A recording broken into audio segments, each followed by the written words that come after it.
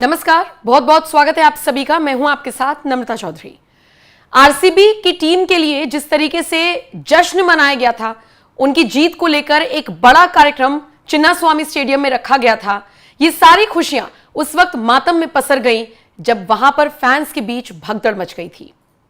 50 से 60 लोग घायल होने की खबर थी, जबकि 11 लोगों की मौत की खबर सामने आई, जिसने सिर्फ कर्नाटक ही नहीं बल्कि पूरे देश की जनता को झकझोर कर रख दिया। और इस जश्न में सबसे बड़ा खलल उस वक्त पड़ गया जब खबर आई कि बाहर फैंस विराट कोहली को देखने के लिए आपस में जिस तरीके से बेकाबू हुए और वहां पर भगदड़ की स्थिति हो गई। इसके बाद राज्य के मुख्यमंत्री सिद्धारमैया ने एक्शन लिया, वो एक्शन मोड में नजर आए। कई अधिकारियों को सस्पेंड किया गया और इसके अलावा जो मृतक के परिजन हैं उनको 10-10 लाख रुपए का मुआवजा देने का ऐलान किया गया। इसके अलावा जो घायल हुए थे इस भगदड़ में, उनसे जाकर भी सिद्धारमैया ने मुलाकात की।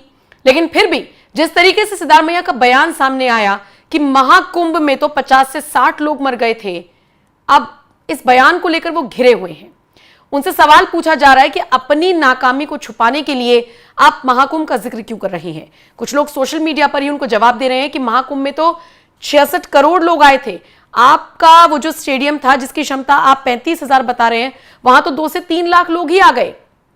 2-3 लाख लोगों की भीड़ आप संभाल नहीं पाए और महाकुंभ से इसकी तुलना करने चले हैं।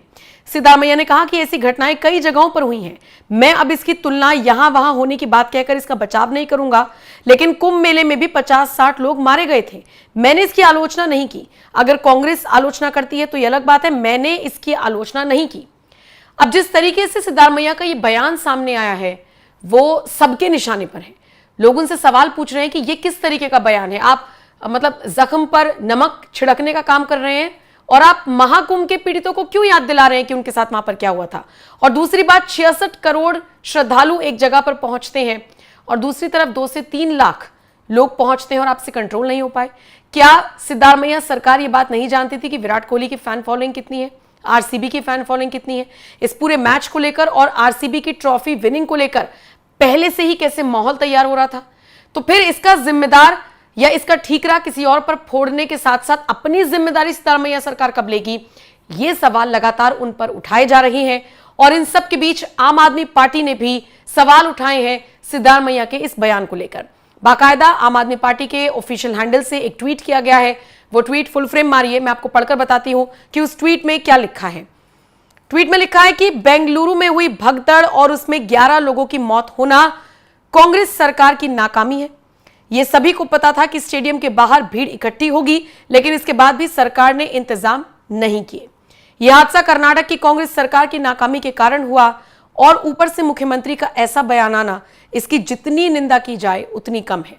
अब आम आदमी पार्टी की तरफ से यह स्टेटमेंट जारी हुआ है तो इसे आम आदमी पार्टी के संयोजक अरविंद केजरीवाल से जोड़कर देखा जा रहा है कि केजरीवाल ने कहीं ना कहीं कांग्रेस की सरकार को घेरने की कोशिश की है। वैसे कांग्रेस और आम आदमी पार्टी के बीच सब कुछ ठीक वैसे भी नहीं है, तो चाहे आप इसे राजनीति के लिहाज से भी देख सकते हैं या फिर इंसानियत के लिहाज से भी। सिद्धारमैया सरकार पर सवाल तो खड़े हो रहे हैं और यही सवाल अब आम आदमी पार्टी या फिर कह लीजिए अरविंद केजरीवाल भी उठाते हुए नजर आए हैं। फिलहाल जिस तरीके से आम आदमी पार्टी की तरफ से ट्वीट किया गया है इसको लेकर और इस पूरे स्टैम्पेड को लेकर और सिद्धारमैया के बयान को लेकर आप क्या कुछ कहना चाहेंगे, अपनी राय हमें कमेंट कर जरूर बताएं।